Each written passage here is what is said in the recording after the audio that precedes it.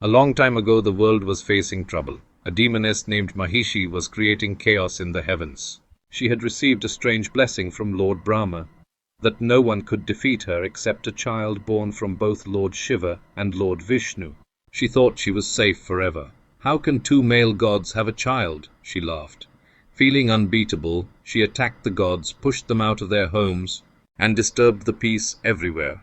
Fear spread across the universe. The gods had no choice. They prayed to Lord Shiva and Lord Vishnu, begging for help. They said, "Only a child born from both of you can stop Mahishi." That's when something divine and unusual happened. To solve this problem, Lord Vishnu took the form of a beautiful woman named Mohini. She had appeared before during the churning of the ocean to help the gods. Now she came again, this time with a bigger purpose. From the divine union of Lord Shiva and Mohini, a baby boy was born. He had the strength of Shiva and the kindness of Vishnu. He was created only for one reason, to defeat Mahishi and bring back peace. But this child was not raised in the heavens. He appeared on earth as a newborn baby, lying near the Pampa river in what is now Kerala. Nearby, the kingdom of Pandalam was ruled by a good king named Raja Rajashekhara.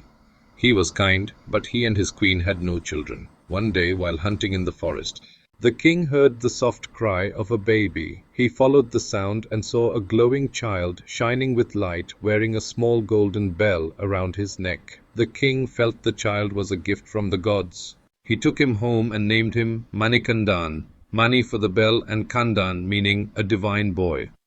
Manikandan grew up to be wise and strong. He learned all kinds of knowledge, scriptures, fighting, and philosophy. Though he was just a boy, he had the calmness and courage of a god. Later, the queen gave birth to her own son. Some jealous people in the palace wanted Manikandan out of the way, so they tricked the queen into acting sick and said she could only be cured by tiger's milk.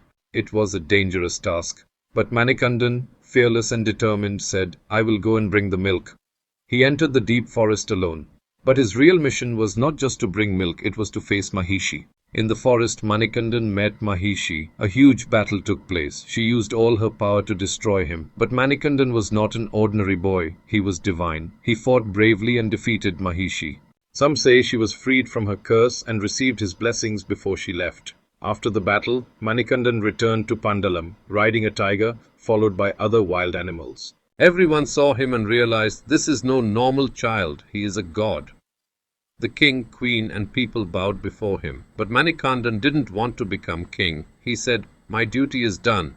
Now I want to live in peace in the forest, away from all this." He pointed to a mountain called Sabarimala and asked the king to build a temple there. He said, "Let everyone come here. Rich or poor, all are equal if they come with love and faith." So the temple of Lord Ayyappa was built at Sabarimala, deep in the forest, surrounded by nature. Even today, millions of people walk barefoot through forests and hills, wearing black or blue clothes, chanting Swamiya Saranam Ayyappa. They carry offerings, follow strict discipline, and leave their ego behind, just as Ayyappa taught.